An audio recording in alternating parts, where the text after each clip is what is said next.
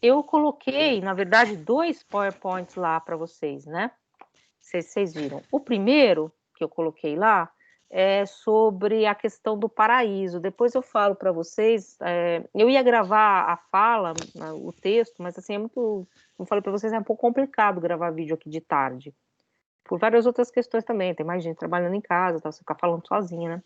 E teve muita reunião essa semana, porque é uma coisa que você tem que ter um tempo para sentar e gravar, porque eu tenho até o texto, né? Mas assim, esse primeiro e-mail que eu mandei da Utopia Medieval é um pouco qual que era a ideia de paraíso que estava em questão, nas visões europeias, que é desde aquela ideia do jardim entre muros até essa ideia do paraíso que é um paraíso decaído, que é um paraíso popular, que é a ideia da terra da cocanha, que é a terra onde você não precisa trabalhar e as coisas dão em árvore, que é aquele quadro do Bruegel que está ali, que chama a terra da cocanha. Então, essa ideia da terra da cocanha é uma ideia de paraíso, que é uma ideia do paraíso do camponesa, vamos dizer assim, que eu não preciso trabalhar e as coisas brotam da terra. Então, essas duas ideias, né, do paraíso como esse lugar que é um paraíso, é um jardim murado, e a ideia e uma cidade construída, portanto, vocês viram ali Cristiano, essas cidades do século XVIII, essas utopias, que tem um pouco esse desenho das missões também, que as missões seriam então essa ideia de uma cidade construída, e uma cidade construída tal qual um modelo do paraíso, né? E a ideia do paraíso popular, que eu queria contrastar um pouco com vocês com esse texto que está lá no Aprender, que é o texto sobre o que seria a Terra Sem Mal para o Guarani, né? O que é o paraíso? Porque você tem o paraíso cristão, clássico, você tem o paraíso popular, que é essa ideia do não trabalhar e tal, que é um paraíso europeu também, no certo sentido, da terra da cocanha. A gente tem uma praia aqui no Brasil que chama Praia da Cocanha, ou mais de uma, né? Então, essa ideia da cocanha. Mas você tem uma ideia da terra sem mal guarani. Então, você teria um pouco esses elementos para pensar, e aí é uma coisa também que vai ficar um pouco no ar, tem essa tensão de polos também. Quando você diz paraíso, ou quando você pensa numa terra sem mal, o que cada uma das concepções elaboram em torno disso, né? O que é uma terra sem mal do ponto de vista camponês, do ponto de vista jesuíta e do ponto de vista guarani. Você já tem elementos aí muito diferenciados. E a outra coisa que eu queria trazer para vocês é que vocês viram na história dos guaranis, aí muito a ideia dos bandeirantes, né? A gente falou sobre isso, essas questões todas, e quem é essa figura do bandeirante?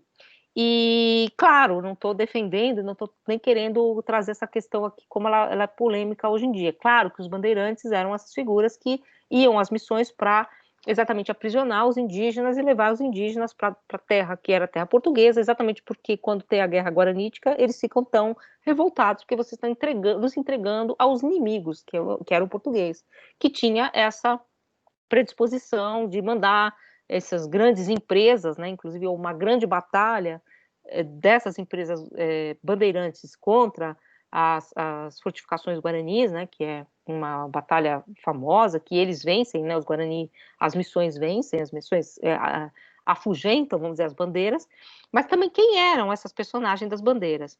Em 1756, começa a circular esse livrinho aqui na Europa, que chama A História de Nicolás I, rei do Paraguai e imperador dos Mamelucos. Esse Nicolau, ele era, na verdade, uma personagem mítica que está um pouco decalcada daquele cacique que realmente existiu, que está citado no Basílio da Gama. Tinham dois caciques com esse nome, Nicolau, e aí acabou criando um pouco esse mito de uma personagem que seria esse homem, esse imperador, que teria fundado uma civilização, uma sociedade, vamos dizer aqui na América, que seria uma sociedade um pouco pícara, um pouco uma sociedade de maus elementos, a gente pode dizer, uma sociedade que é o avesso de uma boa cidade, que seria exatamente esse reinado do Paraguai. Esse livro circulava na Europa como se fosse verdade. Ele circulava na Europa como se isso realmente fosse real. É um livro anônimo, tal, enfim, tem cartas, simula uma realidade. Evidentemente, isso não existiu, mas esses mitos sobre a América, né? Então, o livro é de 1756, vocês vão ver que é a mesma data da construção, é a data das guerras guaraníticas e também é a data próxima à expulsão dos jesuítas, e é próximo também à construção da igreja de São Miguel, que é uma das mais bonitas, vamos dizer assim, das missões. Então, esse livro começa a circular na Europa, e eu vou só citar para vocês como esse imaginário dos mamelucos é convocado. O que eram, então, os bandeirantes? Só para a gente também dar uma nuançada no que aconteceu depois, que é a transformação da figura do bandeirante no homem branco que invadia as missões, o português, que foi uma construção paulista, os heróis de Bota de Sete Léguas, que expandiram as fronteiras brasileiras, que é um mito modernista, na verdade, que levou à construção dessas esculturas que tem em São Paulo, que era de um homem branco, de um homem heróico, mas não é exatamente essa figura que era feita dos bandeirantes, ou dos paulistas, ou dos mamelucos, no século XVIII. E eu vou ler um trechinho aqui para vocês do texto. A cidade de São Paulo, que chama igualmente Piratininga, situa-se para além do Rio de Janeiro e em direção a Cabo de São Vicente, na extremidade do Brasil. Foram os portugueses que construíram essa cidade, mas mal se haviam instalado, aconteceu com eles o que acontecera aos antigos romanos.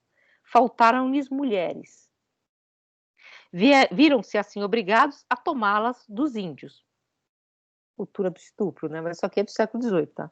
Desses casamentos, o texto é de época, tá? Bizarramente combinados, nasceram crianças com todos os defeitos de suas mães.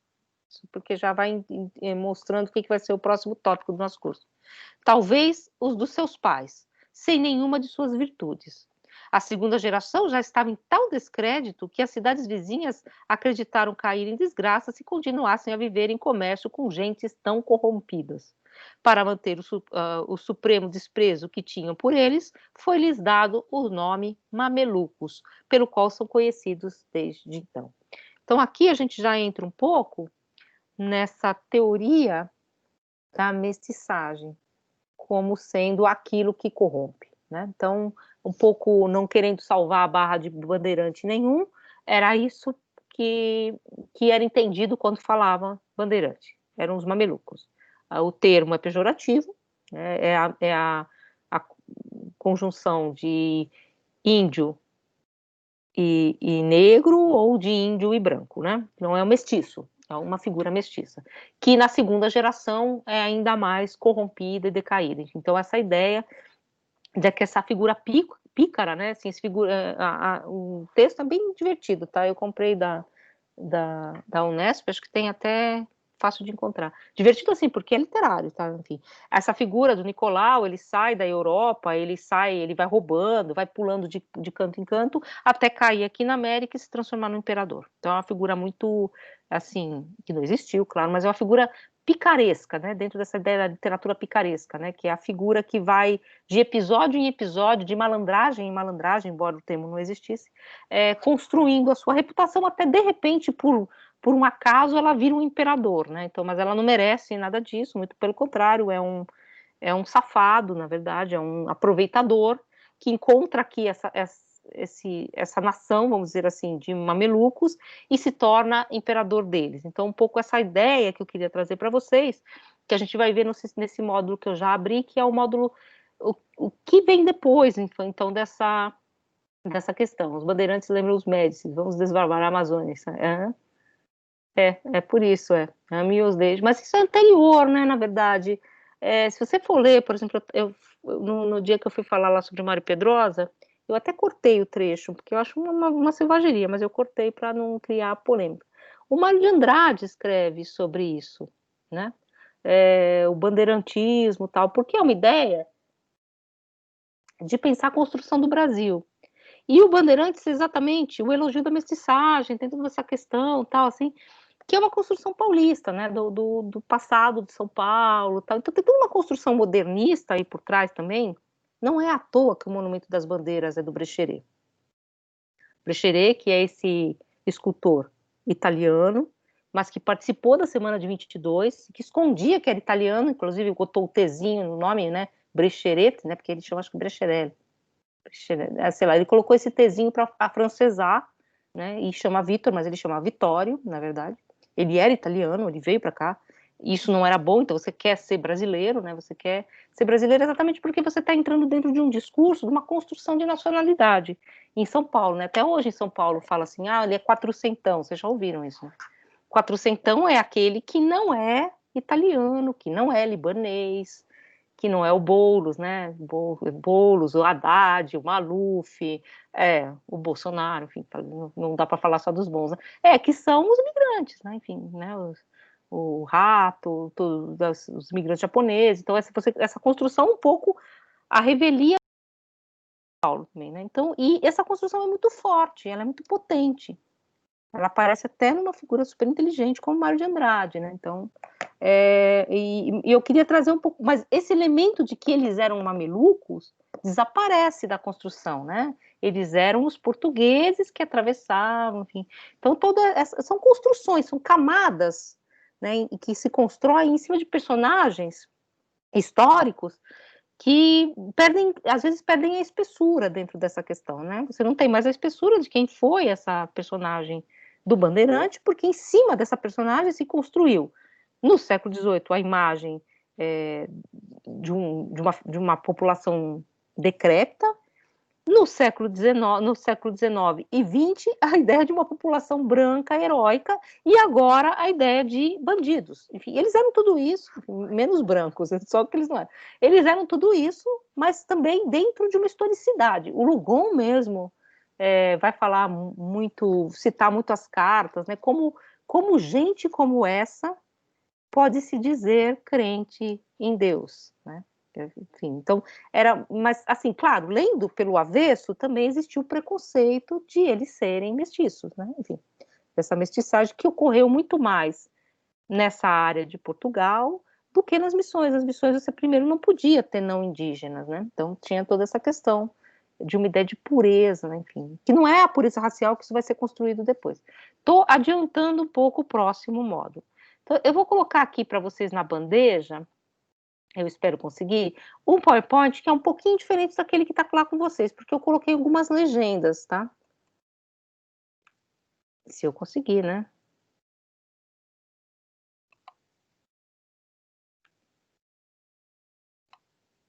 Ah, isso, abrir tudo, abrir a grade horária. Como é que eu faço para abrir, gente? Vocês sabem? Procurar. Carregar do meu computador. É o primeiro. Vai estar abrindo. Então, aqui nesse PowerPoint que vocês conseguiram abrir? Não. Tá abrindo. O que eu quis fazer? Eu quis mostrar para vocês como essas cidades eram sofisticadas. Nesse sentido, eu não estou querendo dizer que elas eram sofisticadas porque elas eram europeias, tá? Não é essa a questão. Elas eram sofisticadas dentro mesmo do padrão das cidades da Europa. Eu vou tentar mostrar para vocês como elas estavam ali construindo, né, vamos dizer assim, essas cidades muito próximas do que eram as cidades europeias. Então, outras questões que eu queria mostrar para vocês, enquanto está abrindo aqui, que eram, por exemplo, essa questão de, eu acho que se eu conseguir abrir do que está aqui na minha página, fica mais fácil, né? Agora foi mais rápido. É porque são fotos, então é meio grande, né? Então, eu queria mostrar para vocês também construções de engenharia, né? Como é que era a engenharia dessas cidades para aproveitar a água. Você tem canaletas para levar água de um lugar para outro. Então, eram cidades, era realmente uma grande sociedade de cidades interligadas que faziam comércio entre si. Então, quando você também corta, vamos dizer assim, essa relação comercial com as guerras guaraníticas, que você expulsa essa parte que está aqui no Brasil, você também rompe, vamos dizer assim, um desenho econômico que estava muito consolidado, né? Esse desenho da troca entre essas cidades. Então é quase como se você tivesse realmente uma república, quase como se você tivesse uma espécie de país, esse Paraguai, né? A República do Guaraná, do Paraguai, dentro da América. E não abriu, hein? Não tá abrindo. Tá, tá. Então, esse aqui é Topos, o Topos, que é o nome do texto, né? Enfim. E aí eu queria começar aqui mostrando para vocês. Vocês estão vendo? Ou não? Vendo? Sim, sim, estamos Essa, vendo. Eu tô. essa, essa aqui é esse lugar aqui que eu estou mostrando para vocês, começando o fim pelo começo, pelo fim, né? É a colônia Sacramento. É aquela colônia portuguesa que fica lá na ponta do Uruguai, ela fica na Bacia do Prata, né? Enfim, você vai de colônia Sacramento muito facilmente para Buenos Aires, né? Atravessa.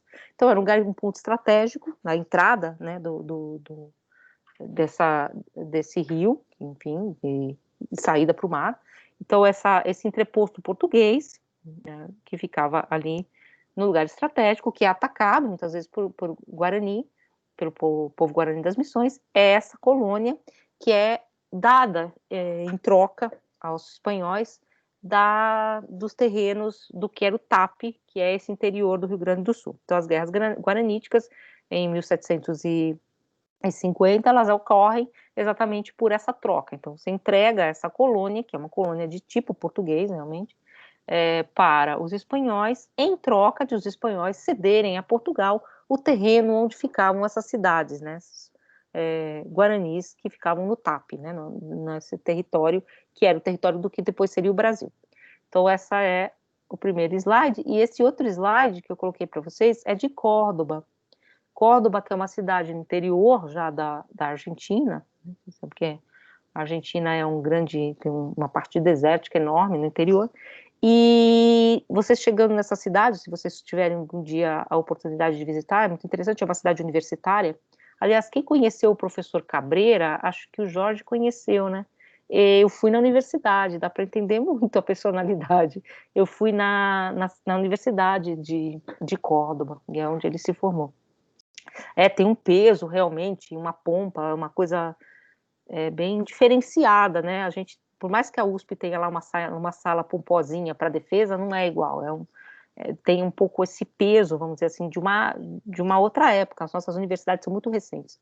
Então, em Córdoba, se vocês passarem lá, vocês vão ver muito estatuária, objetos, coisas de madeira, objetos sacros que foram construídos, que foram produzidos nas missões. Então, as missões, elas eram grandes produtoras desses elementos que cruzavam o país até Córdoba. Então, elas forneciam, vamos dizer assim, a esses lugares, a essas outras localidades, esses elementos de civilidade na época, já que a civilização se organizava, vamos dizer, em torno da religião.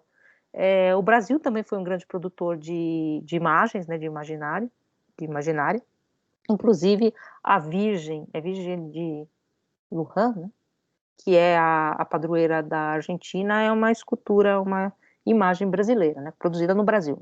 Então, mas essa produção era uma produção, portanto, que tinha distribuição também. Se vocês algum dia forem a Córdoba, vocês vão ver que é longe, gente. Então, é uma coisa assim muito impressionante do que era essa civilização, do que era a expansão dessa civilização. E eles também eram grandes produtores de erva mate, que também se distribuía por todos esses espaços, né? Aqui eu coloquei para vocês o mapa. Agora eu fico lembrando, né, que teve um professor do departamento que falou: eu vi um professor dando aula com mapa, que absurdo dar aula com mapa. Mas eu coloquei para vocês aqui, porque a gente se localiza um pouco. Então, esses aqui são os povos que estão no Brasil. A Argentina roubou esse pedaço do Paraguai, dá para ver, né?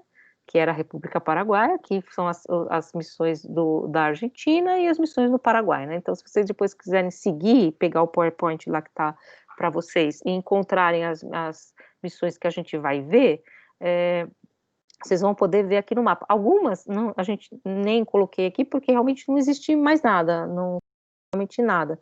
No Brasil mesmo a gente tem muito pouca coisa já. Diga. Pouca coisa já. Diga. Alguém que perguntou alguma coisa? Não. Então aqui essa parte, esse aqui era o TAP, né? O que era chamado, né? Assim, que é o que fica do outro lado do rio, né? Do outro lado do rio Uruguai. O Uruguai é relativo ao rio, né, Uruguai. Na verdade, o Uruguai é uma criação, e exatamente, a província chama Misiones. Essa província aqui da Argentina. Província é o estado, né? E aí eu vou passar, então, para mostrar para vocês a primeira entrada, vamos dizer assim, das missões, que é a missão fundada em 1706. A fundação dessas missões é muito complicada, porque elas mudavam de lugar. No começo, nas primeiras, por causa do ataque de bandeirantes, elas mudavam de lugar. Por exemplo, a missão de Santo Ângelo da Guia, né? O Santo Ângelo da Guia, né?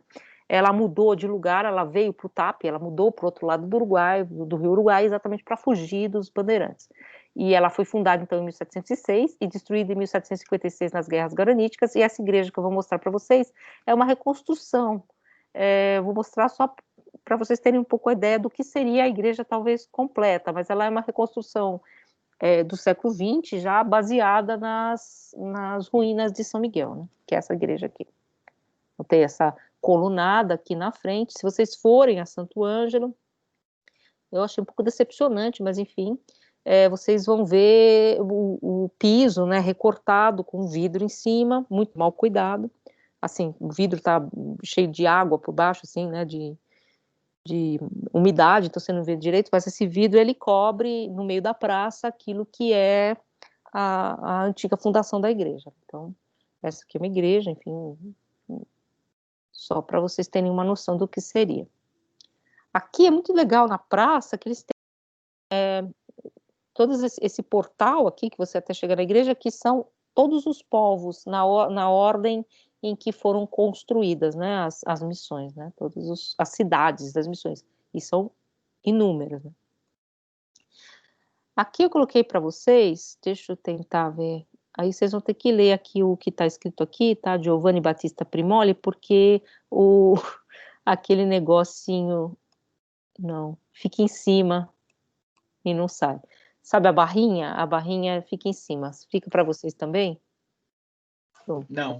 Aqui diz elevação da fachada da Igreja de São Miguel em 1756. Projeto de Padre Giovanni Battista Primoli. Então, esse projeto, desenho da igreja aqui de São Miguel, né, que, enfim, vocês vão ver como não sobrou nada. Eu coloquei lá naquele outro slide outras missões, outros desenhos de missões que são aqui de Goiás, que são bem posteriores, tal.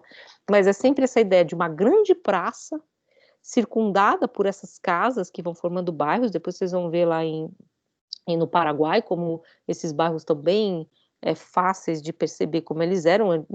No Paraguai dá para ver que eram avarandados seguidos, assim, tá um pouco como aquela varanda goiana, e as casas ficavam interligadas nessas varandas, e eram grandes aglomerados, grandes bairros mesmo de casas, né, enfim. E aqui a grande praça e a igreja. Atrás da igreja havia a parte do convento, onde não entram mulheres, só meninos, né, como vocês leram, e a parte dos ateliês, né, das oficinas, onde se construía praticamente de tudo, e atrás geralmente tinha um pomar, que era dos jesuítas, onde eles plantavam verduras, frutas, enfim. Esqueci de falar, existe também do lado da igreja o cabildo, que é mais ou menos o que a gente pode chamar uma assembleia, lá onde se reúnem os caciques, né? Esses homens que cuidavam, enfim, um jesuíta e caciques. E existia também o Contiguaçu, que era o lugar onde ficavam as viúvas e as crianças, enfim, era o lugar onde ficavam essas pessoas que não tinham mais como sobreviver na sociedade, e elas eram cuidadas, vamos dizer assim, pelo coletivo. Então, essa aqui é uma foto da igreja no século XIX. Por que eu coloquei aqui para vocês? Só para vocês terem uma noção, porque a gente tem uma noção que, assim, há um buraco, como eu disse para vocês, né, da guerra guaranítica até ela virar um monumento modernista, inclusive, como a gente vai ver. E como se tivesse... O que aconteceu nesse meio tempo, né? Do final do século XVIII, meados do século XVIII, né, 1750, por aí, 56, até o século XX. Ficou num limbo. Esse limbo no qual desaparecem também as populações, né? Porque o que aconteceu com essa população guarani, que foi em larga medida exterminada, mas também que fugiu, ela desaparece da história, ela não tem mais uma historicidade, e também como se essas cidades tivessem sumido. Na verdade, elas tiveram outras ocupações, aqui dá para ver nessa foto, do século XIX, foto é ótimo, né? Que tem aqui, ó, uma construção com usos, né? Que teve usos, vocês vão ver depois lá na Argentina, inclusive usos religiosos recentes, a população ali local entrou na ruína e transformou a ruína numa capela, por exemplo, de usos recentes. E aqui ela está mais ou menos em pé ainda, depois ela pega fogo, essa igreja pega fogo no século XIX ainda, e recentemente ela virou patrimônio histórico, né? Aqui eu quis colocar para vocês, esse aqui é um museu que foi criado nessa missão. E por que eu coloquei aqui? Esse museu ele tem relação com o Lúcio Costa, e aquilo que eu falei para vocês da ideia do neocolonial. O neocolonial teria uma relação quase que direta com o modernismo, né? Então, o moderno seria, na verdade, uma reinterpretação desse neocolonial. E aqui vocês veem, é uma casa brasileira, né? Com esse avarandado, né? O alpendre, a varanda lateral, aqui fica cheio de as índias ficam vendendo coisas, enfim, então você faz esse avarandado, mas quase como uma casa brasileira, como uma casa goiana, né, enfim. E aqui o pavilhão no meio, um corredor no meio, não sei se vocês já viram aquelas casas de Goiás, né, um corredor com uma varanda de cada lado, assim, é um corredor com esses vidros que se abrem quando você chega, então uma espécie de modernidade incorporada a um elemento neocolonial, e é um museu muito bem cuidado, enfim, de estatuária, de imaginária produzida nas missões, né? E aqui eu coloquei um pouco esses elementos, tal, que é também um pouco aquilo que a gente falou. Uma coisa é Leon Anchieta, que incorporou numa língua, a língua guarani, numa língua e numa linguagem que é a linguagem europeia. Um europeu fez isso. Aqui é evidente que vocês viram o desenho, o risco, né, como eles falavam, da igreja é europeu. Os construtores eram europeus. Evidentemente, o imaginário, a imaginária, ela chegava aqui por aquelas gravuras, como eu falei para vocês, que circulavam. Então, aquela ideia de que o barroco tem também um pouco essa ideia de uma grande circulação de imagem. Só que nisso vai um elemento aí que é impalpável, que é a criação, né? Alguém fez essas imagens, né? Mesmo que tirando desse decalque. E aí, então, sobra um pouco esse outro elemento, que é exatamente essa mistura. Aqui é uma cariátide, né? Cariátide animalizada, que é um animal, um macaquinho, né? Aqui a igreja, estava um dia maravilhoso, como vocês veem, chovendo pra caramba. A cruz das missões. Essa é a igreja mais bonita das missões, vocês vão ver. Essa aqui é São Miguel, né? São Miguel das Missões, aqui no Rio Grande do Sul. E é interessante que esse sítio arqueológico, ele já está praticamente dentro da cidade. Aqui você tem uma grade, aqui no lado, assim, tem uma grade que já tem lojinha, um restaurante e tal, enquanto que alguns outros foram conservados mais como sítio arqueológico, realmente. Porque provavelmente essas lojinhas, essas coisas que estão ali já muito próximas, estão em cima, provavelmente, de um território que tem valor arqueológico, porque provavelmente as casas se espalhavam por toda essa região, mas aqui já tem a estrada, aqui na frente já vem a estrada, é bem pequeno o terreno, né? Dá para circular, dá para ver um pouco, mas é como se você ficasse só com a igreja, e isso tem um pouco a ver também com ideias de preservação que tem a ver com ideias de reconstrução do passado. Aqui só interessa o monumento e o museu. Você faz um museu modernista que se liga imediatamente com a igreja, que é o grande monumento. E o entorno, a senzala, o Couto Iguaçu, as casas indígenas, o lugar onde plantava, ou a irrigação, tem menos interesse, porque o que tem interesse é a grande arquitetura. Hoje em dia já não se considera assim, e você pensa o monumento com o seu entorno. O entorno faz parte do monumento e você não reconstrói. Vocês vão ver um pouco disso em algumas outras ruínas. Aqui eu peguei só a Santinha, né, Conceição, né, que está pisando nos anjinhos aqui, e com essa reinterpretação, né, os anjos meio com a asinha quadradinha, assim, meio quase com uma coisa meio geometrizada. E aqui os anjos, o tocheiro, esse anjo torso, né, que tem essa torção. E aqui a gente entra na igreja, né? Então, essa aqui são as colunas, é a nave central. Esse aqui é a base de uma coluna, veja, um refinamento. É enorme essa igreja. Ó. Então, a nave central, a nave lateral, né? Aqui os arcos. Olha, essas colunas embutidas, tá? Que são, e essa volumetria da fachada, né? A fachada ela é toda curva. Vocês vão ver isso, que isso é muito próprio de um tipo de construção dita barroca, né? A superfície da fachada ela é toda ondulada, assim, né? E com essas colunas que ficam embutidas, tá vendo? Aqui essa outra escultura que eu achei bem interessante, né? Que é a Virgem pisando a cobra, né? Que também é uma figuração de Conceição. E olha como o animalzinho é bonitinho.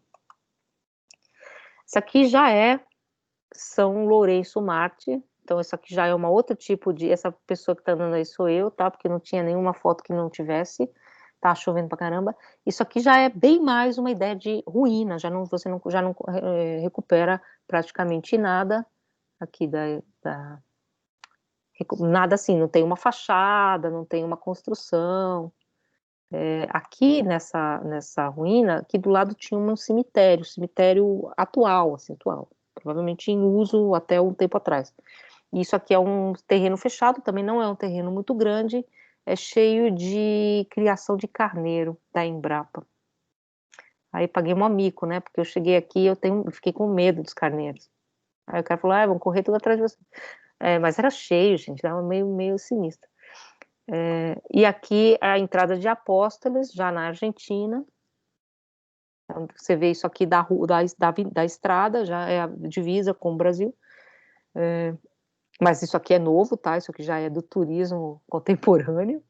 E aqui Santa Maria La Maior, a gente já está na Argentina. Então, vejam também como a construção, isso aqui que vocês estão vendo aqui, né? Essa entrada, ela é uma construção moderna, recente. É uma construção da entrada da ruína. E vocês vejam que ela não tem nada de citação modernista, né? Ela faz uma citação quase que arcaizante, pensando em fazer uma citação meio do passado. Enquanto que no Brasil, o museu é um museu assim, que tem essa citação da casa antiga, tal, mas dentro de uma leitura modernista, né? Aqui as casas, né, que seriam as casas dos índios, um pouco mais construídas. Aqui uma coluna, vocês verem o refinamento que esses elementos tinham. A grande praça, né, uma grande praça, na verdade, geralmente, com as casas em torno. E aqui já dá para ver, tá vendo essas colunas aqui, essas casas? Isso aqui era um grande avarandado, as casas estão sempre sem telhado, porque a cobertura provavelmente ou era de palha ou de madeira, e aí as casas, elas seguiam uma do lado da outra, com esses corredores imensos de colunas, assim, Essa aqui é aquela igreja que eu falei para vocês, na verdade não era uma igreja, era uma casa dos índios, enfim, uma casa que ficava em torno da praça, que foi ocupada posteriormente por uma capela, né? Então porque há populações ali em torno, né? Então eles ocuparam essa casa indígena com uma capela e puseram um telhado, enfim. Aqui também eu queria colocar para vocês essa reinterpretação assim desses elementos animalísticos, né? Essa zoomorfia, né, que você recupera, na verdade são elementos decorativos que sofrem, vamos dizer assim, uma certa geometrização, uma certa estilização, elas mudam um pouco de sentido, né? Você não encontraria essa mesma imagem, vamos dizer assim, no tipo de desenho, inclusive, apesar de ser uma reprodução, no ambiente europeu.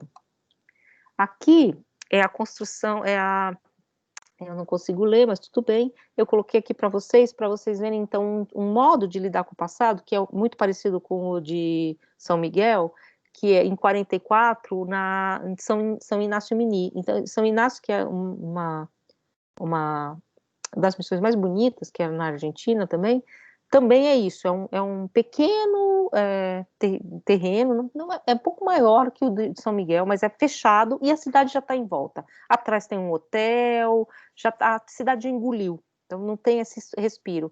E mais, a igreja foi reconstruída, ou seja, eles chegaram e a ruína estava num determinado pé de temporal, né? Enfim, já tinha caído uma parte, e eles levantaram. Então, aqui dá para ver como as coisas estavam em 44, que é um tipo de pensamento de reconstrução do tempo e da história que hoje em dia a gente já não aceita.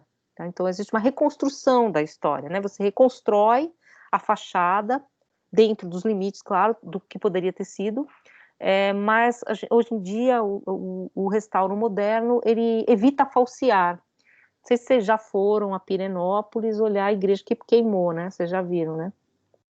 Ninguém reconstruiu nada ali. Ela tá. Você reconstrói as paredes, mas você não reconstrói retábulos, pintura, você não falseia. Porque falsear seria daqui uns 100 anos, você já não sabe mais o que é reconstrução do século XX e tal. E enquanto que no século XIX e no moderno, até os meados do século XX, com várias nuances, você reconstrói, né? Então, a reconstrução do Viollet-le-Duc da Notre Dame, de reconstruir, colocou a cabeça nos reis decapitados, estava tudo sem cabeça, lá os santos, tudo sem cabeça. Ele colocou as cabeças, evidentemente, são do século XIX, e a gente consegue perceber, né? O pináculo que caiu, que era de ferro, né? Lá da Notre Dame, quando ela queimou. Então, existem essas questões também de como a gente lê o passado, né? Então, aqui entrando já em São Inácio, você já percebe mais esse corredor aqui das casas. Aqui em São Inácio você vê bem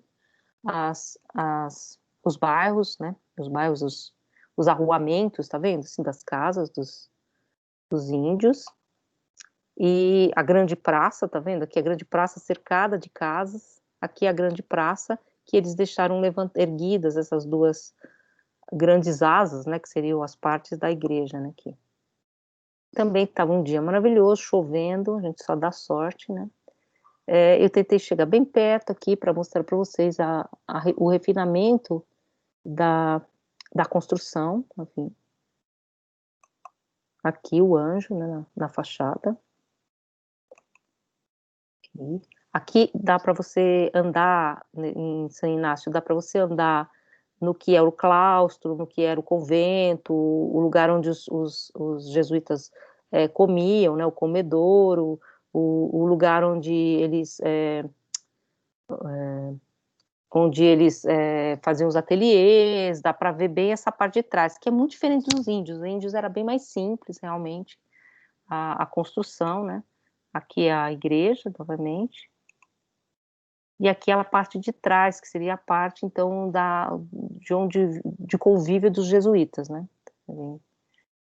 Tem as colunas torças, aqui. Isso aqui é uma parte interna, atrás, né?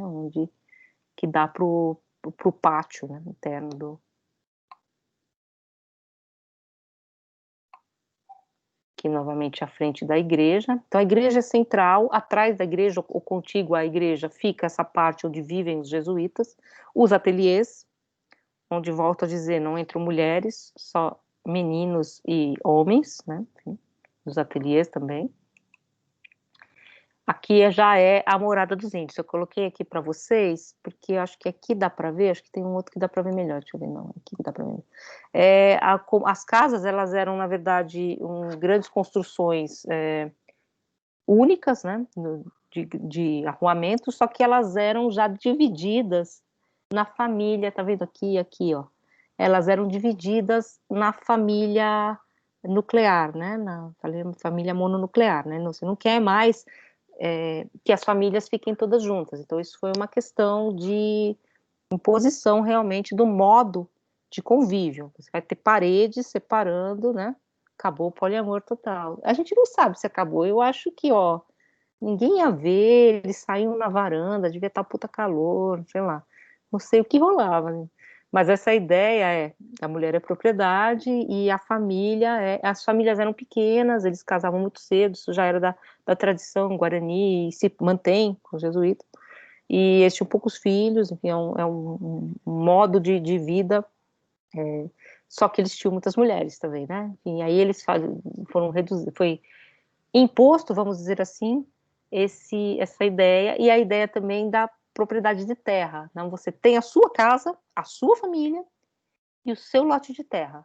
Então, essa ideia de incutir uma ideia que é muito avessa ao modo como eles pensavam exatamente a relação da família. Vocês viram lá nos Tupinambás, né, que não é exatamente a mesma é, o mesma é um tronco próximo, mas não são exatamente os mesmos, claro.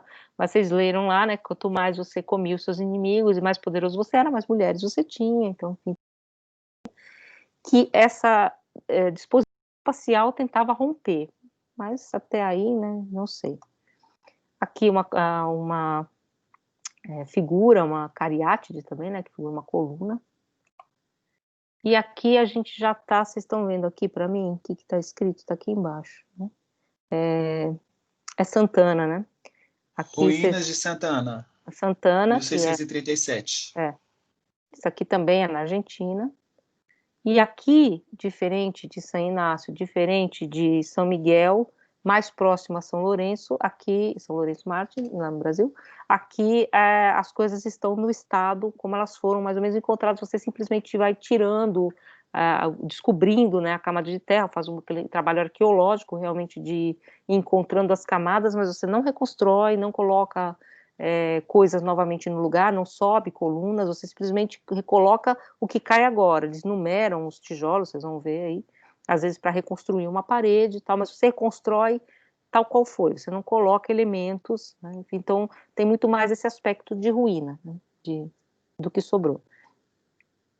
E aqui, assim, diz-se dessas duas que a gente vai ver aqui, que realmente a igreja ela era mais antiga e menos pomposa também do que aquelas que a gente vai ver no Paraguai, né?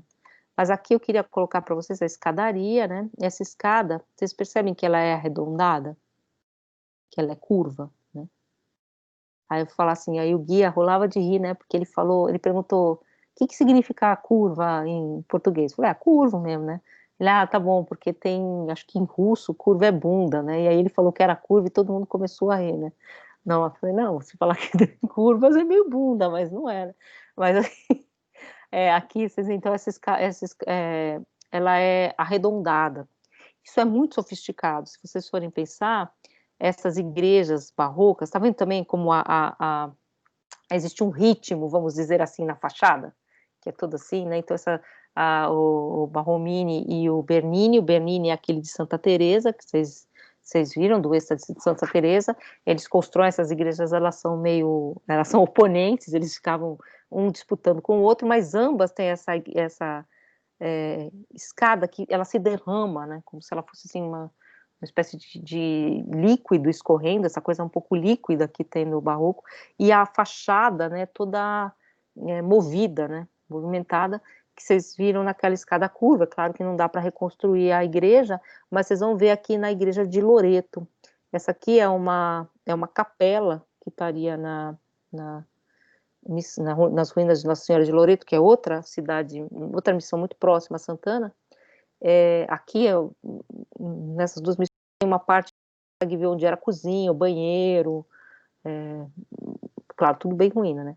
Então, vocês veem que aqui, ó, por exemplo, eles cobriram aqui, né? Cobriram o sítio, mas é um sítio arqueológico, você não reconstrói, você não põe coluna em pé, há vários pedaços dessas colunas que estão num outro canto, tipo um mostruário, então você cobre para proteger, evidentemente, mas o trabalho continua sendo muito mais um trabalho de arqueologia.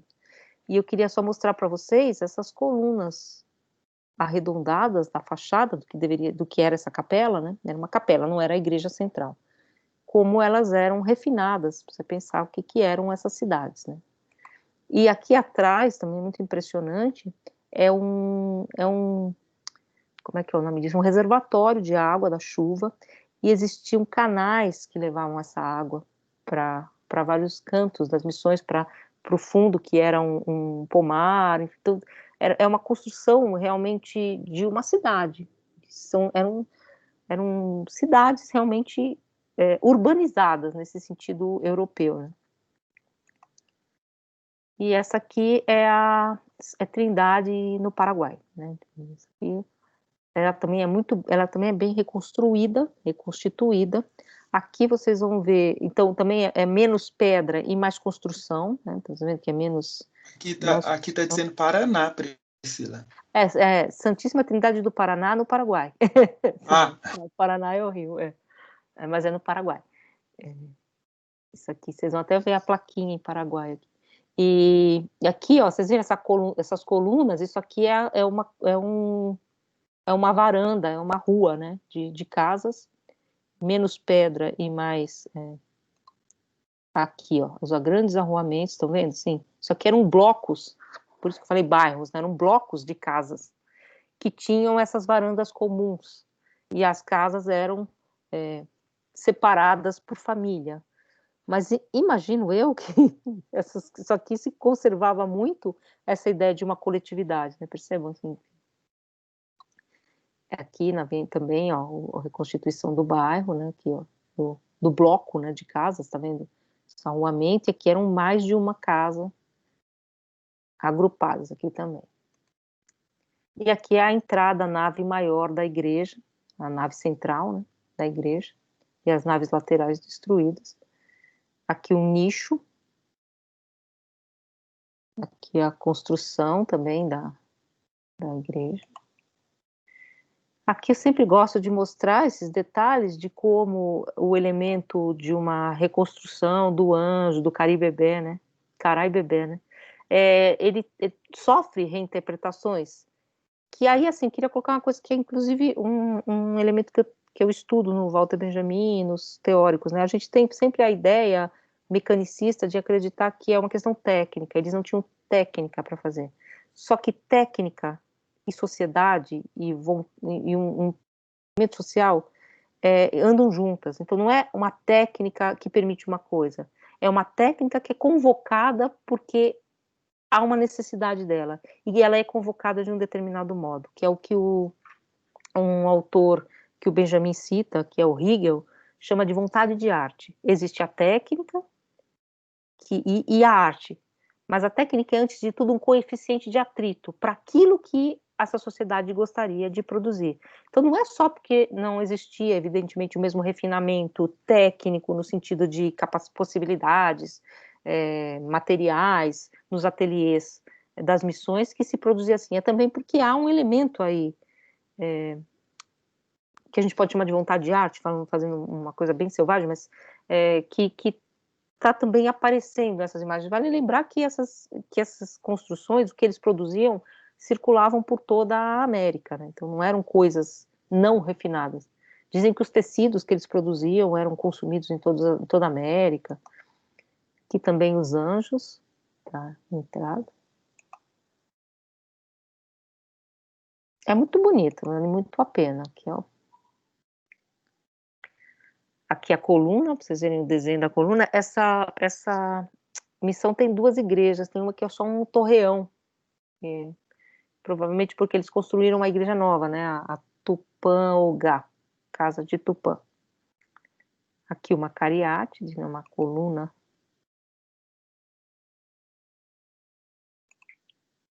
E aqui eu coloquei para vocês.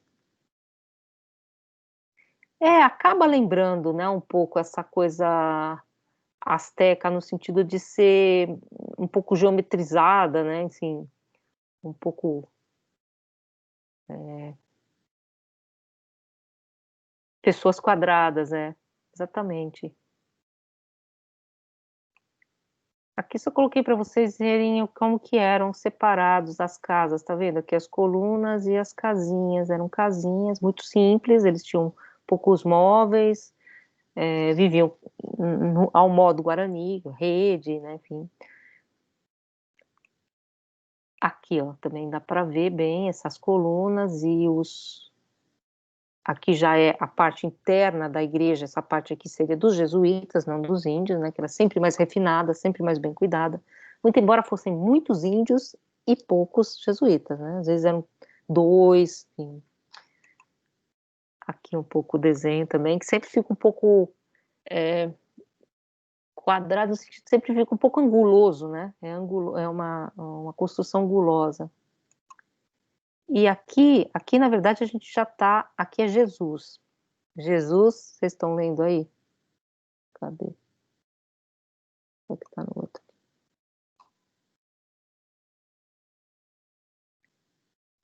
É Jesus de Tavarangué, que é a outra missão que fica também no Paraguai.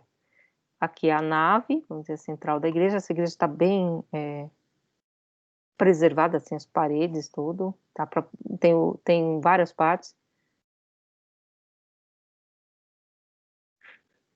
Até mais, Jordano. Cansou de umas igrejas. E aqui, então, a nave. Essa missão, depois que os jesuítas foram expulsos, ela chegou a ser uma missão franciscana, mas enfim, não seguiu, mas assim, nunca com a mesma pujança, porque na verdade não era uma cidade, eram várias, né? Era uma civilização, na verdade.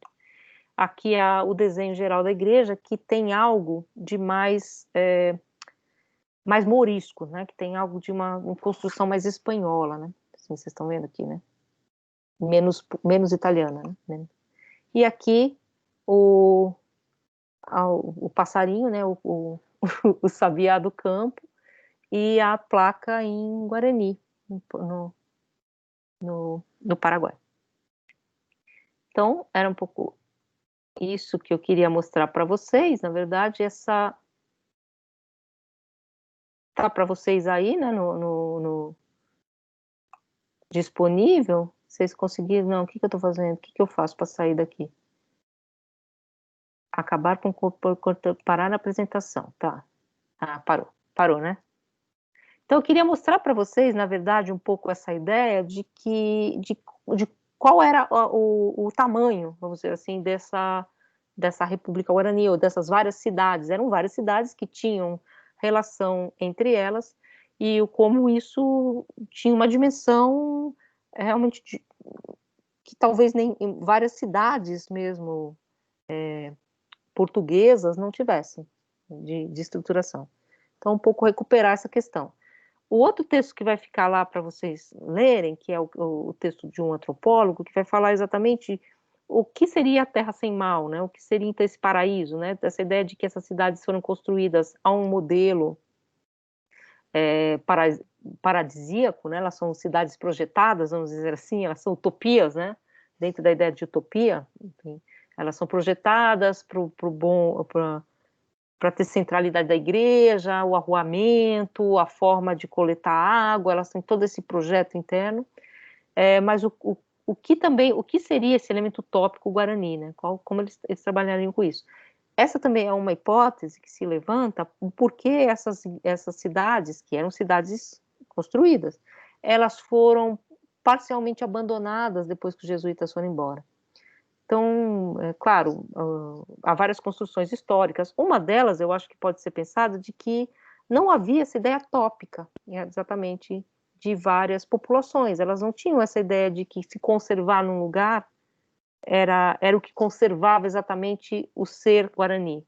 Então, elas mudaram de lugar, elas foram embora. Enfim. Embora essas cidades continuaram, tá? Elas não desapareceram quando os jesuítas foram expulsos, né?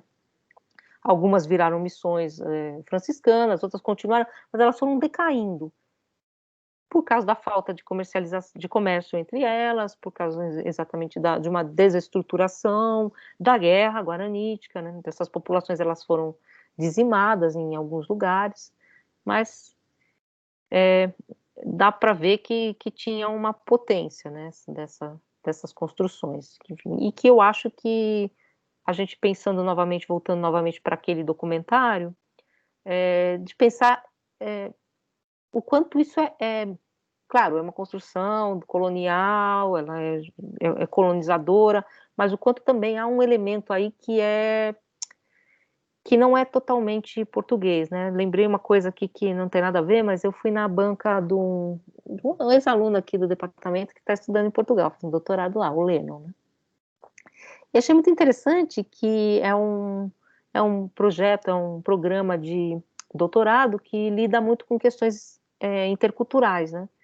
Inclusive, estudos culturais. Então, obviamente, tem muito brasileiro e eles nem ligam que a gente fale esse português que eles acham horrível, todo estrupiado, né? Que a gente estrupia a língua pátria, né? Nós brasileiros. Tanto que eu fui lá e falei, mas eu posso falar normal assim ou eu tenho que falar certinho, né? Ele falou, não, fala como você quiser. Mas eu achei interessante que eles falam de religiões luso-afro-brasileiras. Quer dizer, então, eu acho que um pouco essa construção, né? Assim, que, como que eu vou dizer assim? A colônia, você tirou muito da colônia, mas a colônia marca também, num certo sentido, né? Então, num certo sentido, enfim, para eles é interessante haver essa relação luso-afro-brasileira, né? Que nós produzimos, que foi produzida desse atrito, né, da escravidão, que eles produziram, mas que se produziu na colônia, né? E aí agora é como se isso voltasse como...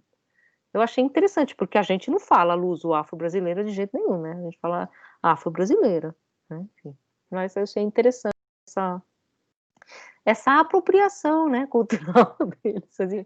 Então, eu acho um pouco essa questão que a gente vai levantar, e o próximo módulo, por isso que eu comecei falando do texto do Nicolau I, é exatamente sobre essa questão. Uma das hipóteses também para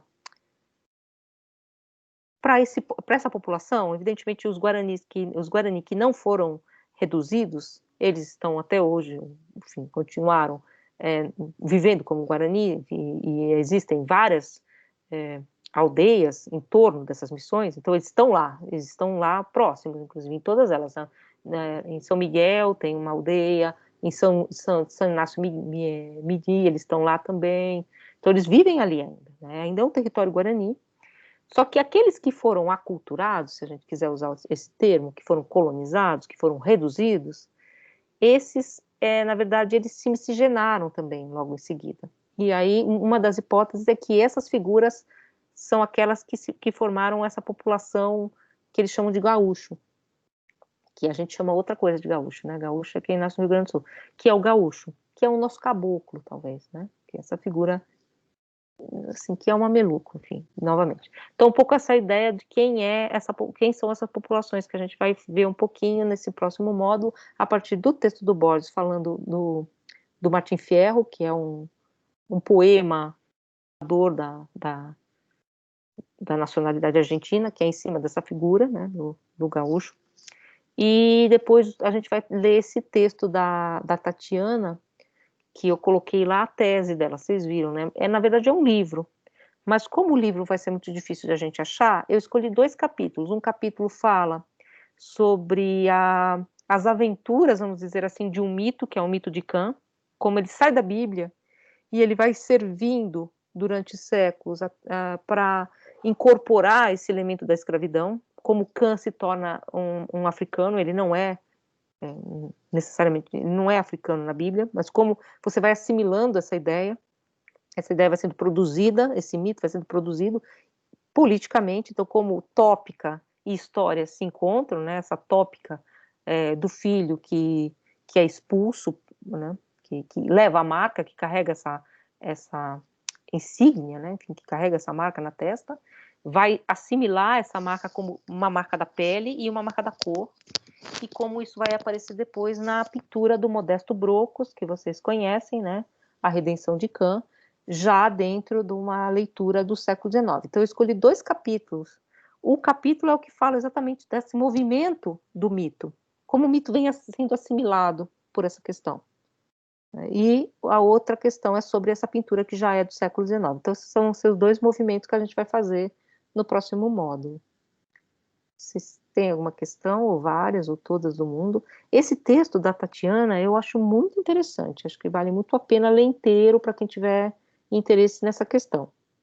Ela, na verdade, é socióloga, ela é do grupo da Lina Schwartz, né, que estuda, enfim, o racismo do século XIX, né, assim, essas questões dentro das imagens, próximo à história da arte, e ela faz uma reconstrução muito interessante desse mito, e como esse mito é assimilado, então como a tópica ela vem a serviço de uma necessidade histórica, às vezes, né? Ela vem servir para justificar um elemento histórico que é a escravidão. Então você dá uma espécie de estatuto ontológico para essa questão, quando você rebate num mito que vem da Bíblia, né?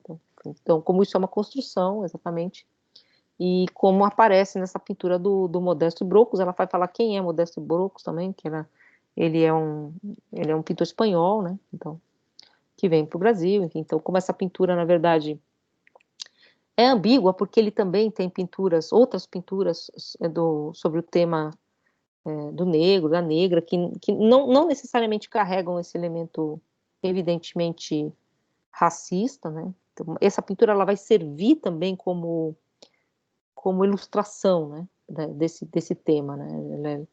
E é um pouco essa questão que a gente vai ver nos próximos capítulos. O texto do Borges eu talvez não encontre, porque eu mesmo só tenho em espanhol. Então, se a gente não encontrar, a gente lê trechos, tá? Assim, eu leio trechos com vocês. Passa em espanhol mesmo, Hã? Passa ele em espanhol para a gente mesmo. Então, mas eu não tenho, né? Assim, eu não tenho PDF. Eu procurei e não achei. Talvez eu ache em espanhol, né? Porque é um texto clássico. O Martim Fierro é um texto clássico, né? O Martim Fierro tem em português e em espanhol. Mas esse daí tem em todo lugar, tá? Assim, é um longo poema. É um longo poema fundador, né? Um pouco esses mitos de fundação, né? Como, enfim, mal comparando, um pouco como o nosso Macunaíma, né? Assim, não é porque não, mas não tem a mesma relação, mas é um pouco assim, né? Um pouco sem nenhum caráter também, ele é a figura, né? Ele foge da guerra, ele é um desertor, mas por que ele é um desertor? Qual que é a relação do gaúcho com a guerra? Enfim, então todos esses elementos que aparecem no poema do Martim Fierro. Então, gente, acho que é isso. Vocês têm alguma questão sobre a prova? Sobre a oferta? Eu tenho. Diga. Mais uma dúvida, assim, na real. Eu estava aqui pensando isso que você falou do texto autoral, como se fosse, né, uma espécie de uma análise nossa. Uhum. Isso parece uma responsabilidade muito grande, mas ao mesmo tempo parece algo interessante. Daí eu pensei se não rolava, assim, de repente pegar um dos temas. Eu gostei muito da ideia da República Guarani por uma série de abordagens, inclusive daquele documentário. Eu achei muito interessante como ele coloca as missões no contexto de uma espécie de formação de camponeses, né, de formação de operários para aquele mercantilismo que estava surgindo, etc. Eu achei isso muito interessante. Eu pensei em fazer uma espécie de, sei lá, artigo, resenha, texto sobre esse tema, usando a literatura, os textos de apoio do mesmo do tema, né? Pegar o texto do Boss, enfim. Uhum. Isso é o que você está pensando? É isso. Quantas páginas mesmo você Olha, eu acho assim muito difícil desenvolver um tema em menos de 5 páginas, assim, né? É assim, porque eu acho muito difícil. Mas deixa eu te falar, essa questão que você está falando é exatamente isso que vai aparecer agora no Gaúcho, porque é exatamente o que aconteceu com esse índio?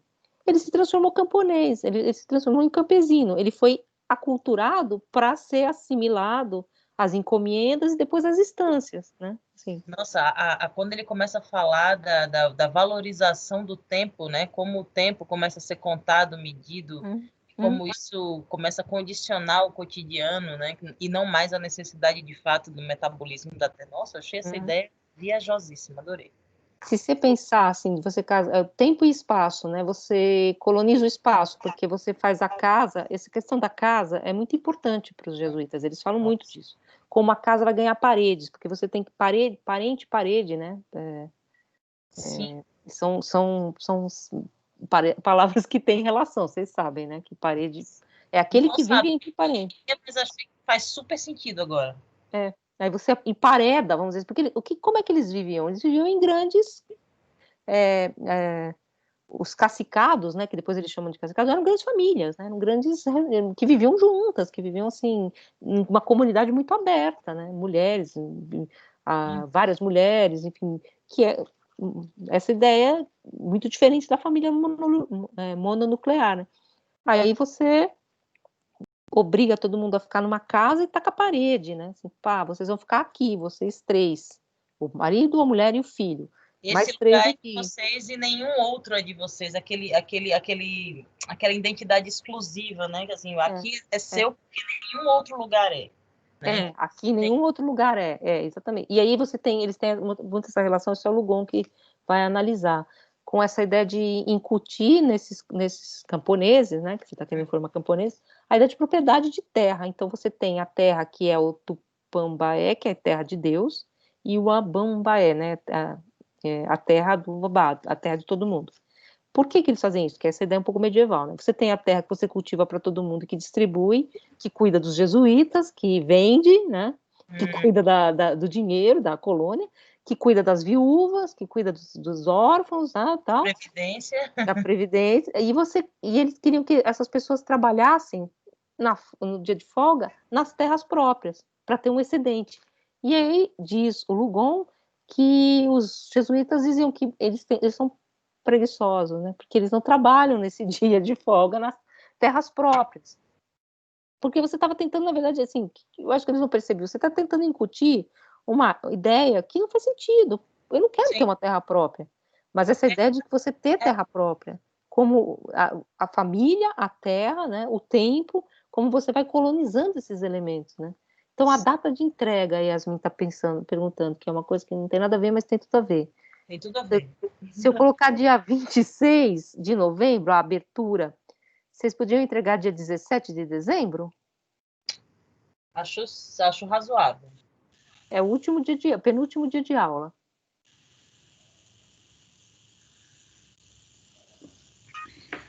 Priscila, eu fiquei meio assim interessado na questão da linguagem, naquele texto de Benjamin, da linguagem do drama barroco alemão. Uhum. Eu pensei seriamente em fazer o trabalho sobre isso, mas desisti por tempo, tá? Porque aquela imagem que ele criou da linguagem escrita, da linguagem escrita e da linguagem representada, a divisão do palco, como se fosse uma apoteose. Eu fiquei apaixonado por aquilo. Inclusive, o meu fórum foi sobre isso. Né? Mas vai dar muito trabalho, eu não vou fazer. E a minha ideia, o outro tema que me interessou bastante foi a questão da alegoria barroca versus a alegoria romântica, explorando aquela ideia da construção do novo a partir de ruínas, também é fantástico. O símbolo versus a alegoria, eu acho que eu vou fazer esse. Seria não um objeto, é possível? Sim, sim. Ou tu preferes eu pegar um objeto? Se bem que o tema da colega que ela falou, caramba, que tema bonito, hein? Olha, gente, vocês podiam pensar assim, mas aí coisa super complexa. As próprias ruínas, elas são alegorias, no sentido de que elas comportam, naquilo até que elas têm de falho, né, naquilo que a gente pode considerar tecnicamente inferior, os elementos tensos de onde elas foram construídas, né, da historicidade que elas carregam. Então, o Benjamin trataria um pouco assim essa questão, né? Não é falar também, que tem muitos historiadores com os quais eu não concordo muito, que falam assim, olha, os índios copiavam rostos indígenas. Isso para mim é positivar demais, não é essa questão positivista. É claro, alguns elementos vão aparecer, mas assim, é aquilo, lembrando das tópicas, né, que a gente viu do Curtius, é muito mais uma tópica, e é a tópica que se repete, e não uma realidade representada. Agora, essa tópica que se repete deslocada, ela carrega um monte de outras coisas, né, isso que eu acho muito interessante, Não é assim, espelhar, né? Assim, falar assim, olha, eles desenhavam as pessoas baixinhas porque eles eram baixinhos. Isso é um erro, porque na verdade nem é isso. Isso é o cânone, né? O cânone de 6 cabeças. Não tem nada a ver. É um cânone europeu de 6 cabeças. E eu devo ter 6 cabeças, sei lá. Não, eu tenho uma só, tá? Mas vocês sabem disso, né? As pessoas, você conta 8 cabeças, né? A altura da pessoa, uma altura de uma pessoa bem proporcionada é a cabeça 8 vezes. Agora você tem o cânone de 6 cabeças, que é aquelas figuras mais achatadinhas, que vocês vão ver muito no barroco brasileiro também. Então a pessoa fica cabeção e baixinho. Mas é uma outra proporção, mas é uma proporção é uma canônica também, é uma regra, não é que as pessoas eram baixinhas e barrigudas.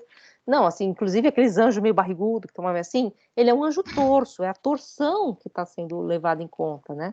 É a elegância dele estar como aquelas colunas, né? As colunas vão se torcendo. Então, tudo isso é um elemento de ornamento, não é a realidade reproduzida. Sabe? Mas nesse ornamento, nessa tópica, alguns elementos são contaminados ali para dentro, né? Mas é muito difícil perceber, assim, tem que ser muito sutil. Acho que o Benjamin mostra muito isso, né? A sutileza de perceber na construção barroca alemã, do drama barroco, que é falho em relação ao drama padrão, que é o drama do Calderon, exatamente nessas falhas, exatamente os elementos históricos. Boa noite, Alexandre. Vocês estão achando muito chato esse papo?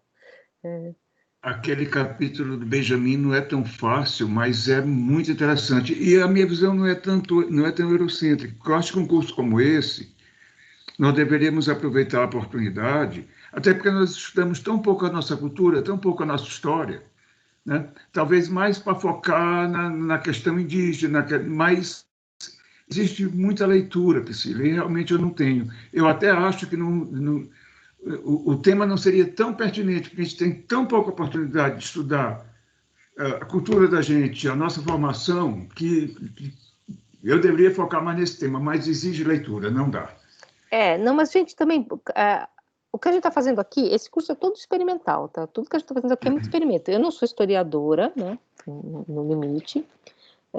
Eu tô começando, na verdade, vindo de uma questão que para mim é filosófica, não é exatamente histórica. Eu estou indo buscar elementos da história para estudar, que é exatamente o que a gente tem que fazer na questão da interdisciplinaridade. Por isso que interdisciplinar é uma palavra muito mais problema do que solução, porque interdisciplinar não é reduzir tudo a uma disciplina, é você alargar, ir para outra disciplina, entender questões que você vê de outro jeito. A história é muito diferente da filosofia, né? Então, eu acho que são esses elementos que a gente está trazendo, que são muito difíceis de também equacionar, né? Equacionar o Walter Benjamin, aos historiadores que estão falando da República Guarani, é uma coisa que a gente não vai fazer, a gente está só pondo aqui um pouco os dados. Então, se não ficar absolutamente perfeito agora, tudo bem, porque pode ser até depois que a gente desenvolva um trabalho mais para frente, né? São ideias, na verdade, que estão saindo daqui, são achados, assim, que também eu acho que a gente faz muito pouco isso no departamento de filosofia. Eu fazia mais em estética, eu parei um pouco porque, enfim, parei porque o pessoal também enfim, várias questões, né? A gente acaba sendo muito escolar, né? No departamento de filosofia. Então você faz um trabalho sobre Kant, faz um trabalho sobre Hegel. Claro, é o que a gente vai fazer, né? Mas, assim, vocês podem ver os filósofos contemporâneos, eles se lançam a várias questões aí, assim, né? Eles estão... Não é da pitaco, porque eu também não gosto daquele filósofo que acha que pode falar de tudo, né? Não é, ele tem a especialidade dele, e se ele for falar de outra coisa, ele tem que ler, claro. Tem que se apropriar de outros instrumentais, mas a gente fica muito fechado, né? Assim, de não falar de questões históricas, de questões, né, estéticas, assim, nesse sentido mais... material, né, de história da arte ou de história das imagens. Então, acho que a gente tem que se lançar um pouco. Agora, como eu disse para vocês, eu vou colocar 2 hipóteses. Se vocês não se sentirem seguros e quiserem fazer uma coisa mais de boas, a gente faz um trabalho mais clássico também. Diga. Eu só fiquei com dúvida numa coisa. Essas construções que você estava mostrando para a gente até agora eram construções do povo guarani guiados pelos jesuítas? Eram construções mais autônomas? Assim, Então, é Foi assim, imposto, foi aceito, foi modificado, foi incorporado. Eu fiquei em dúvida nisso. então, tinha geralmente os jesuítas que faziam, que traziam o risco, né? A igreja não era desenhada pelos índios, né? Eram eles que desenhavam todo o desenho da praça, tal, o desenho das casas, enfim, tal. Só que a construção, ou seja, a técnica, a mão de obra, era evidentemente indígena, porque a proporção de homens, a proporção de indígenas para a proporção de jesuítas era assim muito diferente. E aí, assim, algumas questões, é claro, né? É claro que era uma imposição, tá? Mas uma imposição de 4 ou 5 homens sobre tantos outros homens, era óbvio que existia muita negociação também. É um pouco isso que a historiografia contemporânea está tentando resgatar. Vocês viram naquele vídeo dos Guaranis, né? Porque sempre foi visto muito. A gente só tem texto do lado dos jesuítas. Então, toda a história foi contada por eles. E a ideia de que eram crianças que eram dóceis, que foi fácil, que eu cheguei aqui, é mais ou menos, né? Então, eu acho que é um pouco essa questão que eu acho que aparece nessas construções também. A construção é um risco europeu, o desenho dos anjos, tal, mas até que ponto não há ali também uma negociação dessas imagens? A gente pode até pensar assim, será que aquelas imagens não carregam vários níveis de sincretismo? A gente não sabe. Por exemplo, se fala lá naqueles documentos guaranis que eu coloquei para vocês, das missões, eu coloquei aquele livro que eu mandei lá no Zap, que é documentação, de que foram encontrados, né, pelos jesuítas, e eles narram altares, né, então você simulava o altar da igreja com penas em cima, com tipo penas tecidas, assim, ou seja, o que eles fizeram? Eles incorporaram um elemento que era da religião católica a algum outro tipo de ritual. E aí eles destruíam, falam, não, que horror, isso é satânico e tal. Mas já estava rolando lá, provavelmente, um sincretismo, né? Uma relação de você incorporar elementos da outra cultura, porque foram muitos anos, foram séculos, né? Não foi pouco tempo, né? As primeiras missões são do começo de 1600, vai terminar em 1750, né? Então, nesse período todo de tempo, gente, provavelmente já índio que já tinha nascido reduzido, já nasceu ali, sabe? Já nasceu naquela cultura que, portanto, era dele, né? Não era mais. E claro que eles reinterpretaram isso aí. Isso eu acho que é uma questão que hoje em dia se põe pouco em questão, né? Que é sim uma imposição, mas uma imposição que também precisa ser pensada nesse nível de sincretismo, sabe? Redução, eles eram reduzidos ao catolicismo. A redução é um termo bem assim complicado, né? Eles eram reduzidos também, parece reduzido. É meio, eu sempre lembro assim, redução é um pouco assim, você pega um molho e você quer tirar só uma parte, aí você esquenta, né? Para ficar só aquilo, mas reduzir também era confinar nesse sentido, né? Porque isso aqui assim, existia um grau alto de nomadismo, eles mudavam de lugar, eles mudavam de nome, então você reduzia exatamente por botar entre paredes. Entre parênteses, né? Enfim, você põe ali, entre parênteses. Você regula a família, você regula o tempo, mas ao mesmo tempo, nas bordas, eu acho que escapa muita coisa, assim, muitos elementos. Tanto que aquela terra lá de São Miguel, aquela igreja, eles consideram território sagrado hoje, né? Para eles hoje, aquele lá é um terreno sagrado. Não cristão, mas é o nosso terreno sagrado, provavelmente por alguma outra relação que a gente não, que os antropólogos estão estudando, né? Mas então você tem um pouco essa sobreposição, né? Agora, claro, ninguém vai nunca apagar que essa relação é aquilo que o Bose fala no final, ela é assimétrica. Né? Então não é duas teodiceias que se encontraram e trocaram, né? Assim, não é duas religiões que se encontraram e se misturaram alegremente. Não é, claro que não. Porque uma religião tinha pólvora e arma de fogo e a outra não, né? Para começar. Uma religião veio para escravizar e a outra não. A outra estava aqui. Então, isso aí é uma questão que eu acho que não dá para apagar de jeito nenhum. Mas... Não se sabe, só voltando, eu coloquei lá para vocês uns textos de alguns historiadores que estudam esse Péremas, né, que é esse Péremas, que é esse jesuíta espanhol que escreveu já quando os jesuítas estavam sendo muito atacados, inclusive porque muita gente lia esse livro aqui, né? E achavam que tinha realmente uma grande civilização estranhésima aqui na Europa, na América, e que os jesuítas tinham criado uma civilização secreta, tal. Então esse autor ele vai responder às críticas da época, que são críticas iluministas, comparando a República Guarani à República Platônica, né? E aí há vários textos, né, sobre isso, inclusive o texto do professor Gabriele, como eu falei para vocês, que também estuda isso. Eu coloquei lá, na verdade, que eu não sabia que ele tinha esse texto, para vocês, eu coloquei um texto que é de uma historiadora que vai fazer esse... a mostrar, na verdade, como que se constrói essa retórica, porque é uma retórica, né?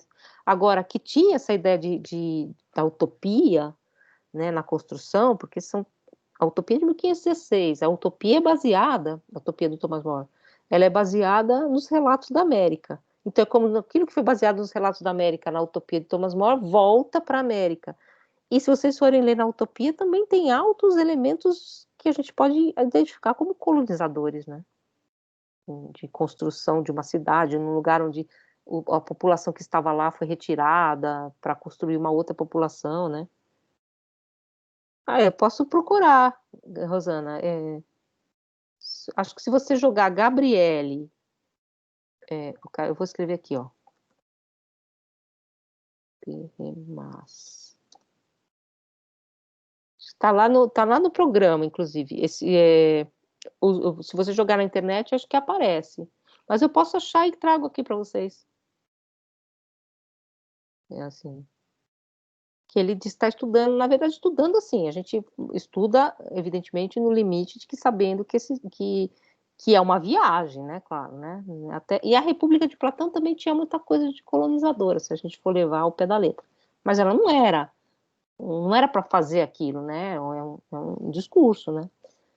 Mas aí, fechando só hoje mesmo, a gente também tem que pensar que discurso, e a gente está falando assim aqui, discurso, alegoria, retórica, são imagens, mas são imagens que criam a vida e a morte, né? Então também não é só discurso, né? O discurso tem um poder, a filosofia tem um poder de vida e morte, né? Nesse sentido, que não é também desprezível. Mas... Então, gente, acho que é isso, né? Tá todo mundo indo embora, vamos sobrar só nós aqui. Eu já vou. Boa noite. Boa noite. E aí, quinta-feira eu tento colocar para vocês aquele outro PowerPoint, mais para complementar, que fala um pouco da Terra da Cocanha. Comentar, porque as imagens já estão lá, né? Só porque não faz sentido, eu acho, sem o texto, né? Bom, professora, boa noite para você. Boa noite. Beijos. E vocês votaram no Boulos aí em São Paulo?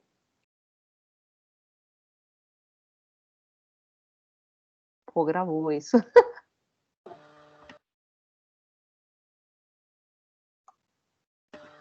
Priscila, para falar com você sobre o trabalho final, só mandar uma mensagem no WhatsApp, né?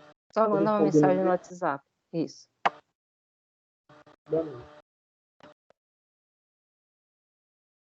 Vou parar aqui de gravar, só porque senão eu esqueço.